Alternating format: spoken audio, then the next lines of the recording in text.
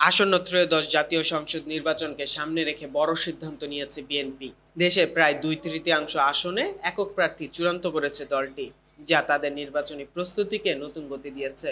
সূত্র জানিয়েছে, খুব শিগগিরই আনুষ্ঠানিকভাবে এই প্রার্থীদের নাম ঘোষণা করবে বিএনপি। গতকাল রোববার লন্ডন থেকে ভার্চুয়ালি বৈঠক করেন বিএনপির ভারপ্রাপ্ত চেয়ারম্যান তারেক রহমান।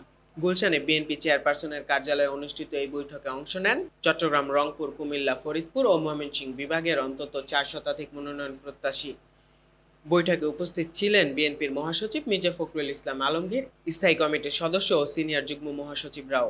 বৈঠকে তারেক রহমান বলেন, এক আসনে একজন প্রার্থীকেই মনোনয়ন দেওয়া হবে, সবাই মনোনয়ন পাবেন না। যারা মনোনয়ন পাবেন না তাদের দল ভবিষ্যতে মূল্যায়ন করবে। বিভেদ ভুলে ধানের শীষের পতাকা তলে ঐক্যবদ্ধভাবে কাজ করতে হবে। দল যাকে মনোনয়ন দেবে সবাই তার পক্ষে মাঠে নামতে হবে।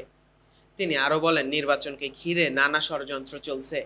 এমন পরিস্থিতিতে কোনো ভুল বা ত্রুটি যেন না হয়।